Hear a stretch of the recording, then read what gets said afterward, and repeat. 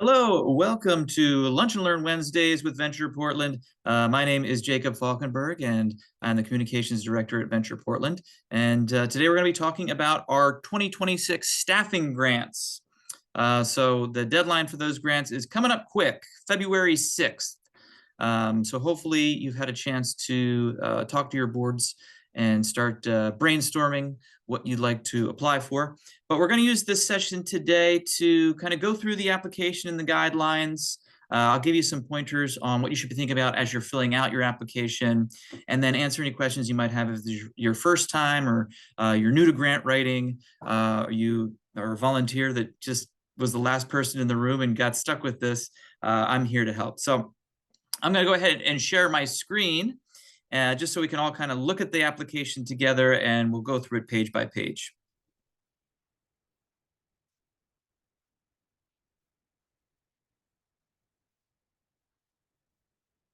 Okay, can everybody see the grant application? Great. So these are for our staffing grants. This is the second year we're offering these grants. So if you applied last year, the application is going to look really similar. We just made a couple of tweaks to it, but we try to keep things pretty simple because I know a lot of you are small business owners. You don't have a lot of time. You might not have a lot of experience writing grants. So if you're new to the process, we want to kind of keep as many barriers out of this as possible and make it as easy as possible for you all to apply. So why staffing grants? Well, over the past 10 years, we've been hosting a program called the Catalytic Investment Initiative, where we were able to put staff into some of Portland's most underserved business districts. And over the years, we just kind of saw the impact that staff can have for business associations and business districts. Business associations are primarily all volunteer organizations made up of small business owners. Small business owners are busy running their own businesses. So while it's really valuable for them to participate in as being a member of the board and volunteering for events and meetings and things like that, it's really helpful to have an individual to help manage the organization, or someone to help with a specific project that the organization is doing. So that's why we're offering these staffing grants for districts to help them fund either ongoing staff or short-term staff. And a staff member can look like a lot of different things. It can be, someone who's putting in hours every week at the organization to kind of help with the day-to-day operations, or it could be someone that's seasonal or focusing on a specific project at the organization. And we'll kind of go through what's the difference between those two. But really, you're applying for funds to be used between April 1st and December 31st of 2026. So about 9 months is the ideal time to spend those funds down. And with ongoing staff, you can apply for up to $10,000 to either hire new ongoing staff or pay existing employees or contractors for up to 9 months. So a lot of you might not have an employee in the sense where you're doing payroll and providing benefits for them. You might just have an independent contractor you've been working with, and that's okay too. That person can still be considered ongoing staff as long as they're working every week at some capacity in the organization. These people typically will have a varied skill set and can provide services like facilitating a membership campaign, walking the street in the district and supporting the member businesses, so interacting with the businesses, visiting businesses, recruiting new businesses to join the association, recruiting volunteers to serve on the board. It could also be managing district events. So a lot of your districts will be doing events throughout the year, and you'll have someone who's, they're planning an event for the spring, and then that leads right into the event that you typically do in the summer, and that leads right into the event that you typically do in the fall or the winter. So really, they're working constantly throughout the year, even though they're only focusing on events. It could also be someone who manages your district social media. They might write newsletters. They might make updates to your website and your CRM if you have one. So helping to track what's going on at the organization. They're attending meetings for the board or committees, things like that, or supporting the board in their work. So if the board is focusing on a specific project where it's a mixture of volunteers and an independent contractor, that could also qualify as well. So short-term staff, you can apply for up to $6,000 to hire a temporary contractor or consultant for a specific project. So the funds must be spent between the same timeline, between April 1st and December 31st, but they typically are more specialized in their skills. You're hiring them to work on a single project, which could be maybe if you need someone to create a website or redo the website you have for your association, or develop a CRM to help you track your membership and that sort of thing. That would be kind of separate from someone who's just updating the website. Facilitating a large-scale event or marketing campaign. So maybe you have one signature event that you do every year that requires a lot of effort from individuals. If it's a single event, then you can apply for a short-term staff grant. Looks like there's a question from Carrie. Can the staff application apply to a temp staff to help with our own internal small business marketing, meeting new customers and building relationships, or does it need to focus specifically on Venture Portland and our district meeting activities? That's a great question, Carrie. So staffing for this particular grant should be specifically for the business association. So you wouldn't partner with a small business who's a member to help them hire someone.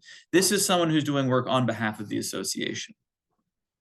And then Janine's asking, how many grants are available, and can one organization apply for both an ongoing and short-term staff grant? Each district can only apply for one grant per grant cycle. So you would have to choose either the ongoing staff or the short-term staff, depending on what the needs of your organization are. And then the number of grants we award is typically based on the number of requests. So if we get more short-term staffing grants, we could give anywhere from 10 to 15 grants. If we get more ongoing staffing requests, that would be somewhere between 8 and 10. But it is a small applicant pool because only member business associations can apply for these grants. So while it is a competitive process, generally your chances of getting the grant are pretty good, somewhere in the 50% range. Oh, okay. So back to short-term staff. We talked about website and CRM development, facilitating a specific large-scale event or marketing campaign like a passport promotion or something like that. It could be designing, printing, and manufacturing marketing materials. So, a contractor that's short-term doesn't necessarily have to be working with the board directly day to day. It could be a contractor that you're hiring to do a specific service like design something, print something, manufacture like a sign of some kind to help you market and promote the district. But as I said, it should be district-wide. It wouldn't be a single business marketing and promoting themselves. Also, board development. If you want to hire someone to facilitate board training or strategic planning or diversity, equity, and inclusion facilitation, that sort of thing, to kind of help you think about how can we diversify our membership, how can we diversify our board, what should we be thinking about as an organization in the current political and social climate? How do we navigate that? That would be something that would be qualified for the short-term grant. But if there's something on this list that you want to do or you're thinking of doing that's not on this list, you can reach out to me directly or in this meeting, and we can kind of discuss whether or not it would qualify for this particular grant cycle. Okay, so that's kind of this general overview of the grant program. Now we'll get into the specific application itself. So first thing you're going to see on the application is the cover page here, where you're just going to kind of list some of the basic information for your association and some of the contact information for the people that are involved. So the first thing you're going to do is put the amount requested. So again, if you're ongoing staff, you can apply for a maximum of $10,000. If you're short-term staff, it's a maximum of $6,000. And then just select the staffing type there on the second line. The name of your district and the mailing address, that's going to be important to have. Where do you want, if you do receive a grant, where should we send the check to? Grant writer, phone and email. If we have any questions about the specific application, that's the person we're going to go to and ask those questions. Project lead, phone and email. If we have any questions about the specific project as it's happening, that's the person that we will reach out to. Could be the same as the grant writer, doesn't have to be, but just kind of clarifying the difference between those two. And then the president and treasurer of the business association should sign off on the project as well. And it's important to get their signatures on the application. So don't wait until the last minute to submit your application or to get those signatures. A lot of the times we found, someone will write the application and then the day of the deadline, they'll go to get the signatures and either the president or treasurer is on vacation or something, and they're not reachable. That's really unfortunate because we can't accept any incomplete applications. They have to be signed by both the president and the treasurer. So make sure to get those signatures a few days at least in advance of the deadline. And then after the cover page there, you're going to see just a couple more requirements for the applicants. So new this year is we're not requiring any matching funds. In previous years, we had required districts to match the grant awards with either in-kind contributions or other dollars coming from either revenue that the project is generating or just from their specific account. I think last year it was a 0.5 to 1 match. So if you applied for $10,000, you had to have $5,000, or if you applied for $10,000, you had to have $5,000 in additional expenses or in kind to kind of show that the district had buy-in in the project. But in an effort to kind of decrease barriers, no matching funds are required, but we're still asking that districts try to show in-kind contributions like volunteer time and donated goods and services and donated space. Because if you're showing that you're able to kind of get these things and you're able to put in a specific stake from your own organization into the project, it will score higher. So start thinking about, okay, what kind of volunteer time is required for this project? Who's giving us a donated rate or a discounted rate on a service that we're taking advantage of?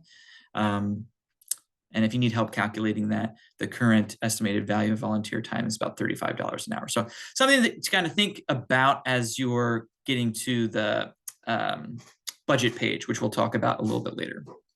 But no matching funds are required. If you're applying for $10,000, you only need to have $10,000 in expenses. You also must have general liability insurance for your organization. So this is for the business association.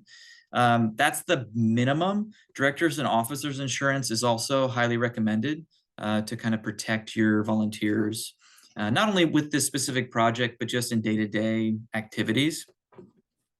You also need to be in compliance with your bylaws. That's kind of a no-brainer. If you're not in compliance with your bylaws, you're not officially an organization. So just kind of looking those over to make sure that you're still kind of doing everything set forth in that document. Your projects must have a set deadline, and it must be completed by the set deadline. Otherwise, the funds must be returned to Venture Portland within 2 weeks of the deadline. So if you're getting to a point towards the end of the project where you still have some funds left over, generally that's okay. Just reach out to me. And as long as you have a plan, to spend those funds within a reasonable amount of time, we can approve a extension on the project, but plan on spending the funds down by the end of the year. And then if there's a little bit left over, we can talk about how it might be used. If there's no plan or if there's no capacity to spend the funds, then anything left over should be returned. And then all grantees must recognize Venture Portland as a funder by including our logo or verbally recognizing us as a sponsor or funder of the project. So a lot of the times, districts will get really excited about the project that they're doing. They'll make a post on social media about it. But it's really important that Venture Portland is mentioned in those types of communications, whether it's a social media post or a newsletter or on a website, something like that, just because it helps us secure additional funding for our grants program if people are aware of our involvement in these projects. If you have another Venture Portland grant already in progress, it must be in good standing. So we just wrapped up our staffing grants from last year. And typically at the end of the grant cycle, you'll just be submitting receipts to us just so we can have proof that the funds were fully spent. If you haven't done that yet for last year's grant, make sure you do so before the grant deadline, just so you can get your grant in good standing. If you're not in the middle of a grant from last year, just remember to save receipts and invoices for the expenses related to the grant, so you have those handy, so you can send those to us to close out the grant at the end of the year. And then all applicants must be current members of Venture Portland. So our membership is on a calendar year. So as of January 1st, if you haven't renewed your district's membership, you must do so before submitting your application if you're planning on applying. And then I just want to read the equity statement before we get into the specific questions that you'll have to answer. Business districts drive our city and make neighborhoods thrive. Recognizing the ongoing impact of historic and systemic inequalities and the disproportionate effect these inequalities have had on Black, Indigenous, and people of color communities, we work to grow a more equitable and prosperous economy for all. We welcome and value diverse perspectives. That's why Venture Portland's grants program seeks to build the capacity of Portland's diverse business districts and prioritizes projects that support BIPOC communities and BIPOC-owned businesses. Okay, so let's look at the specific questions that you'll have to answer as part of the application. Question number one, and this is probably the most important question and the one you want to think about the most and have the most detail as you're filling out the application. And that's just providing a detailed description of the work that your district staff person is going to be performing. If it's a short-term staff person, just a basic scope of work that outlines what you're paying them for is fine. Ongoing staff, a job description would be great. If you don't have an official job description, just a list of staffer tasks and responsibilities. So something a little bit more in depth, since they are working throughout the year. What's their day-to-day look like? What are their top 3 priorities? Yeah, what are they going to be focusing on essentially? Question number 2 is, how do you define success for the staffer? And what are the staffer's short-term and long-term goals, and how do these goals address the mission and values of your association? So as part of an ongoing staff person, there should be a work plan that this person can use throughout the year to kind of make sure they stay on track, to help them understand what success looks like. And the only way you can really do that is by setting quantifiable goals for an individual. What are their short-term goals? What are their long-term goals? And that should have specific numbers tied to it. If the goal is to increase membership for the association, what percentage of increase do you want to have? What total number of members do you want to have by the end of the grant period? If the goal is to increase social media followers. What's the specific number of social media followers you want to have? So thinking about that, where do you want to be by the end of the grant period, and making sure that that is something that the staff person has access to, so they know what they're working towards. And when you do, performance evaluation at the end, you can kind of point to, did they meet those goals? If so, great. If not, what can you do next year to help them meet those goals? Question 3, briefly describe the district's current financial and volunteer capacity and how it plans to support and manage the staffer and provide compensation beyond the grant amount if applicable.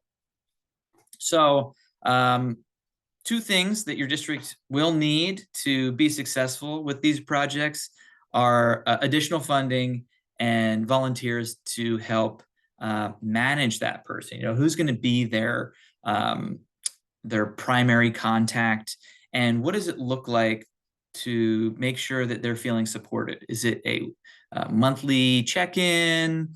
Is it a weekly email summary? Is there some way that you're tracking what the staffer is doing? So who on the board is going to be responsible for that, and what does that look like? And then $10,000, $6,000 in this economy is not a ton of money. If you're planning on having someone working for more than 8 to 10 hours a week, how do you plan on providing additional funding to that person to pay their salary? Is there some sort of revenue generator that the district currently has, whether that's membership dues, sponsorship revenue, fees from events and fundraising? Are there additional funds that will be put towards paying for the staffer's salary? And then thinking about, okay, well, at the end of the grant, how do we keep this person on staff so we don't lose their institutional knowledge and the support that they're giving our board? Is there a plan to continue their staffing beyond the grant period in the event that there's not a staffing grant available next year? Is there a way that your district could feasibly keep this person on staff if they're an ongoing staffer? But also, if you plan on doing this specific event next year, is there a plan to generate revenue to cover those costs? Question 4 gets back to our equity statement. Will your staffer engage with diverse communities during this project? If so, explain how. And that could be, specifically reaching out to business owners of color. It could be, having a marketing campaign that partners with another group that serves a community of color. It's not something that's required for the project, but something to think about as you're coming up with what your staffer is going to be working on. How can we diversify our board? How can we diversify our membership? How can we change what we're doing as an organization to better serve diverse communities? Question number 5, has your district explored funding for this project through other sources? If so, what was the outcome? So there's not a ton of funding available for business associations. We realize that, but there are other grants out there. Travel Portland offers grant opportunities. Metro offers grant opportunities. And Prosper Portland, I know, is going to be offering some grant opportunities as well for business associations. So have you looked into any of those to help supplement the project? If so, what was the outcome? And then question 6 just is instructions on filling out the budget. And Laura says Portland Film and Events will have grants for events as well. So that's a great thing to keep an eye on. Thanks, Laura. Is these grants are to pay for the staff person's time, but there are other grants out there maybe to pay for equipment and supplies, marketing, permits, all those other things that go into doing an event or a campaign of some kind. So showing that you can kind of use other funding sources to supplement this grant is going to make it a stronger project. And then the grant budget template. We try to keep this one simple. I know a lot of people aren't numbers people, so hopefully this is pretty straightforward. The first line there is the amount that you're requesting for this particular grant. The second line, project revenue, is the amount of dollars that you plan to generate through the grant. So if you're hiring someone to run a membership campaign, how many dollars in membership dues do you plan to bring in? Something like that. If you're putting on an event, how many dollars in sponsorship revenue or vendor fees do you plan to generate? And then the third line there is other funds from your district to cover expenses beyond the grant or project revenue. So, if you're requesting a $6,000 grant, but this project is actually going to cost $10,000, how are you going to make up for that gap, that $4,000 gap? Is it going to come from revenue that you're generating through the project, or is it going to have to come from your district's bank account, essentially? But you need to make sure your income is greater than or equal to your expenses. And then in-kind contributions, as I said, it's a helpful thing to track, just to kind of show the district's buy-in for the project. If you're not able to provide additional revenue to lift up the project, to enhance the project, in-kind contributions are a great way to show that you still have buy-in, right? You have volunteers that are willing to spend the time to work on the project. You have relationships with other businesses that are willing to give you a discounted rate on their services to help with the project. So while it's not required, if you do have something in kind that you want to show, you'll put that on this line here, the value of that. And then you'll total them all up and put them in this fifth line here, total project income. And then you move down to the expenses. And for a staff person, this is generally pretty cut and dry. It's going to be either their total salary for a staff person, or the amount that you've agreed to pay them if it's a contractor. And then you can put any other supplies or materials that might be needed to kind of help with their success. These lines are editable, so you can go in and make changes or add expense line items to kind of show if there's additional expenses related to the project. Put those on those blank lines, and then total everything up and put it at the bottom there. So we do ask that you use this budget template. Just it helps with our grants committee, because it really helps them to review applications that are all consistent and look similar, and it helps them kind of compare them when people put in their own budgets. Sometimes it's hard for them to understand them or compare them to another district's project. So that's the end of our application, essentially. Once you have that all filled out, you'll get it signed and email it to me, Jacob at ventureportland.org. And I'll look it over and make sure everything's complete and let you know if anything needs to be filled in, if anything was missed. I'm also happy to look at drafts of applications. If you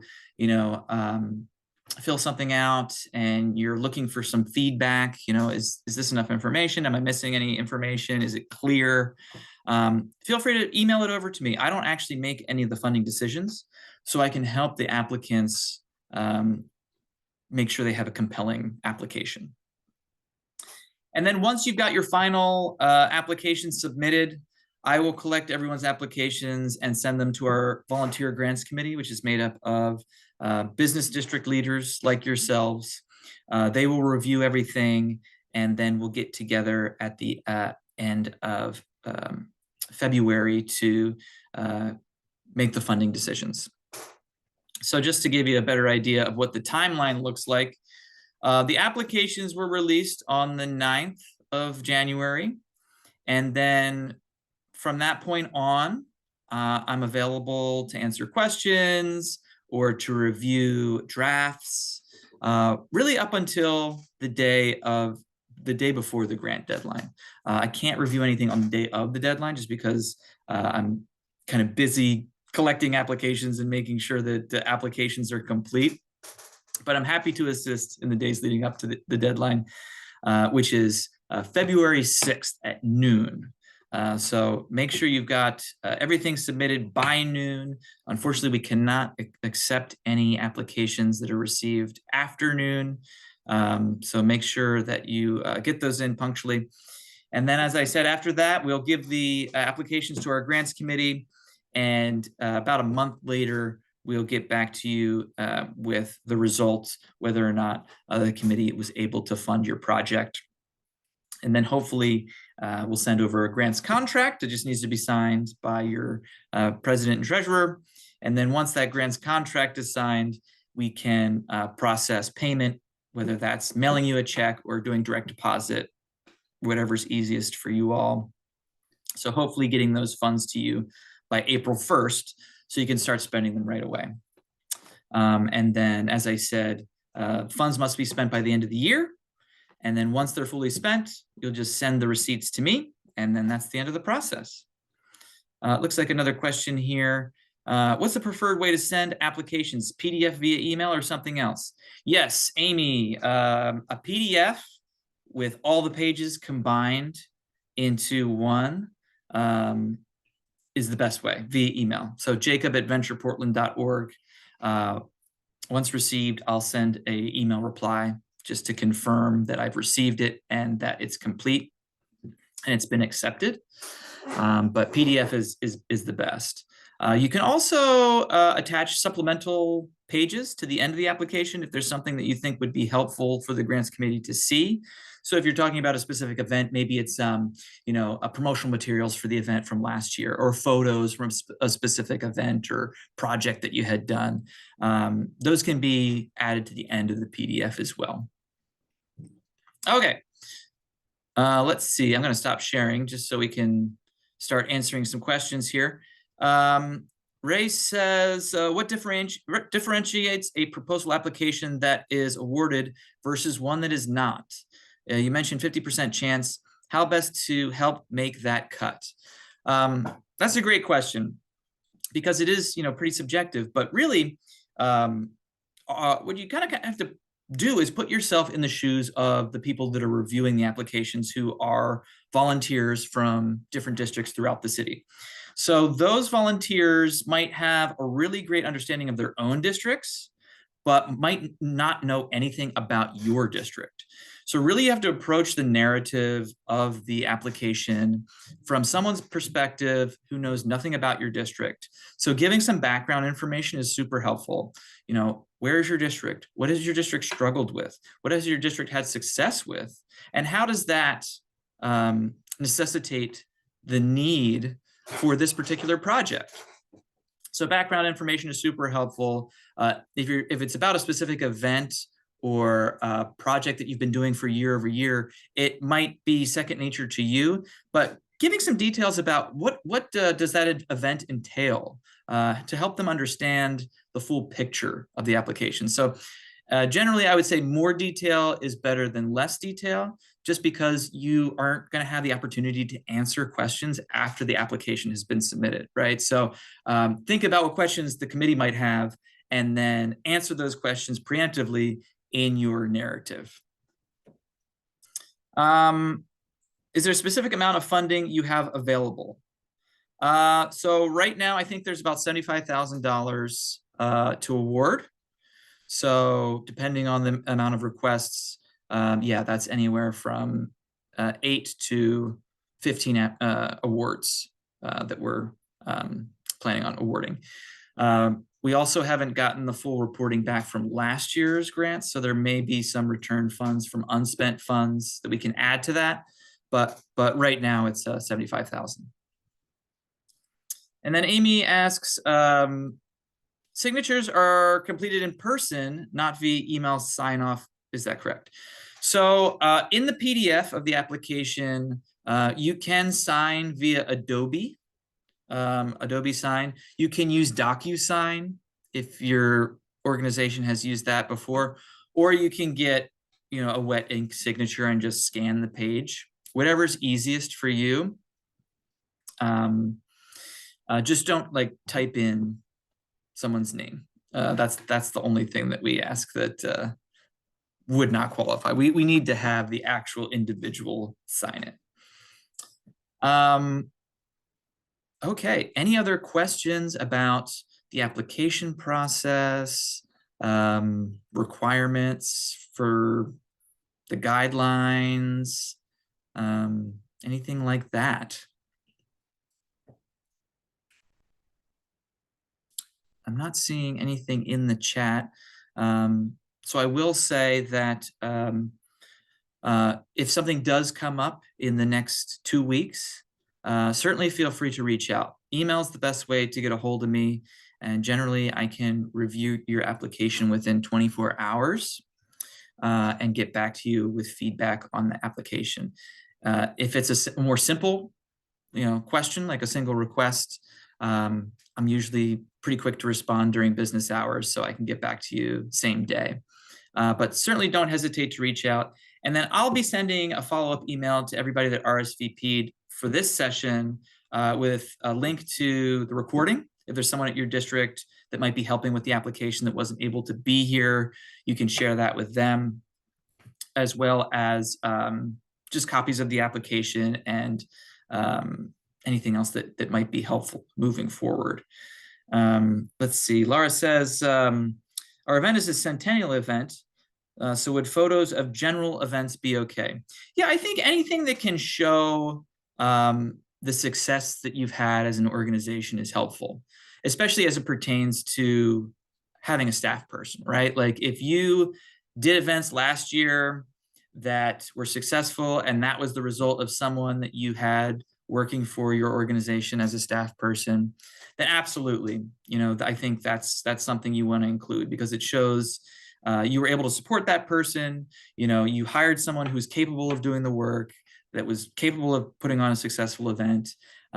So because you've done it in the past, I think that instills confidence for future success. And when the grants committee sees that, I think that does make the application more compelling. Okay, great. Well, if there's no other questions, we will adjourn for the day, and you'll get a few minutes back in your day. But I look forward to seeing all the projects you all come up with and answering any questions you might have about the process. But we'll say goodbye for now. So have a great day, everybody. Good to see you. Thanks, Jacob. Thank you.